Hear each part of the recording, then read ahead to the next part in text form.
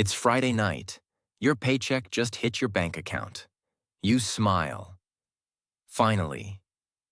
Within minutes, you order a new pair of sneakers. Then dinner from your favorite restaurant. Then a few things you've been meaning to buy online. Nothing feels expensive. After all, you worked hard for it. Just as you're about to relax, ding dong, someone's at the door. You weren't expecting anyone. You open it, and suddenly, your heart stops. Standing in front of you is you, 20 years older, gray hair, tired eyes, a face that looks exactly like yours, only older. The stranger looks at you and quietly says, "Don't be scared. I'm you." You laugh. Nice joke. Who sent you? The older version of you smiles, then says something nobody else could possibly know. Your childhood nickname, your first pet, the promise you made to your father when you were 10 years old. Your smile slowly disappears. This can't be a prank. You step aside and let your future self inside. They look around your apartment, the shopping bags, the new TV, the latest phone, the unopened delivery boxes. Then they smile. Not because they're impressed, because they remember buying every single one of them. They sit down across from you, then say something you'll never forget. "I'm not here to teach you how to become rich. I'm here to show you why we never did." You sit there, speechless. Your future self picks up one of the shopping bags, then asks, "Do you know why we bought this?" You shrug. "Because I wanted it." The older you smiles. "No, we bought it because we were stressed. And this? Because it was payday. And that? Because we got a promotion." Every emotion became an excuse to spend. When life was hard, we shopped. When life was good, we celebrated by shopping. When we were bored, we opened Amazon. For a few minutes, buying something felt amazing. But that feeling disappeared quickly. The credit card bill didn't. Your future self looks directly at you. The biggest mistake wasn't buying things. It was believing every achievement deserved another purchase. You smile confidently. "I'm only 25. I've got plenty of time." Your future self laughs. "I said the exact same thing. I'll start investing next year.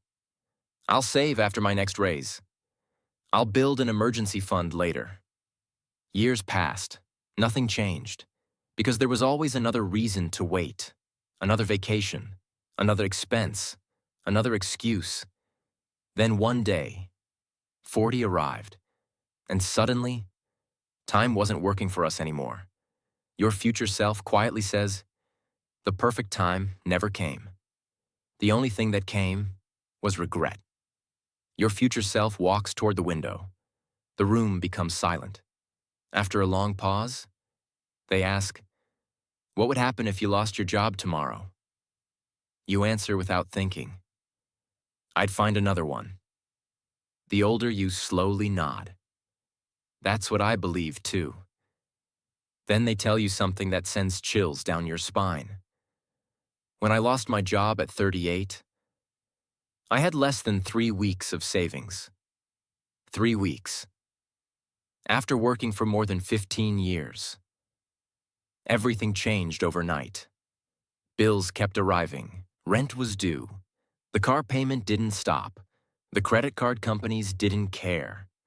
For the first time, I realized something. I wasn't building wealth. I was simply renting my lifestyle. Your future self looks at you one last time before standing up. Then says, "These first 3 habits quietly stole years of our life. But the next 3 almost stole our future." A few minutes ago, you thought your biggest financial problem was not earning enough. But now you're beginning to realize it was never about your income. It was always about your habits. Your future self turns around. And the next 3 habits cost us more than we could ever imagine. Your future self notices a congratulations email on your laptop. You're getting promoted next month. You smile. How do you know that? The older version of you smiles. Because I remember how excited we were. You'll earn more money than ever before. You interrupt. That's great. The older you nods. It should have been. But instead of building wealth, we upgraded our lifestyle. A better apartment, a newer car, more expensive restaurants, a luxury vacation. Within a few months, the raise had completely disappeared. Then your future self says something powerful. The moment your lifestyle grows as fast as your income, your future stops growing. Rich people don't become wealthy because they earn more. They become wealthy because they keep more. You unlock your phone and open social media. Friends buying houses, luxury vacations, brand new cars, designer clothes. You sigh. It feels like everyone is doing better than me. Your future self gently takes the phone from your hand. They're showing you their best moments, not their bank accounts. You know that friend with the brand new truck? He was buried in debt. The couple posting pictures from Europe? They spent the entire trip on credit cards. Then they look at you and say, "Stop trying to look rich. Start trying to become financially free." The day we stopped competing with others was the day we finally started winning. You slowly lock your phone and place it face down on the table. Your future self picks up a pen and writes on a piece of paper. Coffee, $6. Food delivery, $25. Random online shopping, $40. Streaming subscriptions, $60 every month. You look at the list and laugh. That's not much. The older version of you smiles. Exactly. That's what made it so dangerous. No single purchase made us poor, but thousands of small purchases, repeated for years, quietly stole our future. We thought we had a spending problem, but what we really had was a habit problem. Then they tear the paper in half. Your future isn't built by one big decision. It's built by the small decisions you repeat every single day. Morning sunlight begins to fill the room. Your future self looks at the clock. It's time for me to go. You stand up quickly. Wait. If I change today, will your future change? The older version of you smiles. I don't know. But I hope you never become the person who had to travel back in time. They place a hand on your shoulder, then say one final sentence. Your future isn't waiting for tomorrow. It's being created by what you choose today. A bright light fills the room, and in an instant, they're gone. You stand alone. The apartment hasn't changed. The shopping bags are still there. The unopened boxes are still there. But something inside you has changed. You pick up your phone. Instead of opening a shopping app, you open your banking app. You set up your first automatic investment. Then you smile.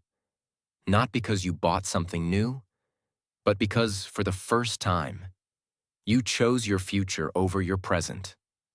One day, the future version of you will look back at this moment. The only question is, will they thank you or wish they could come back and warn you?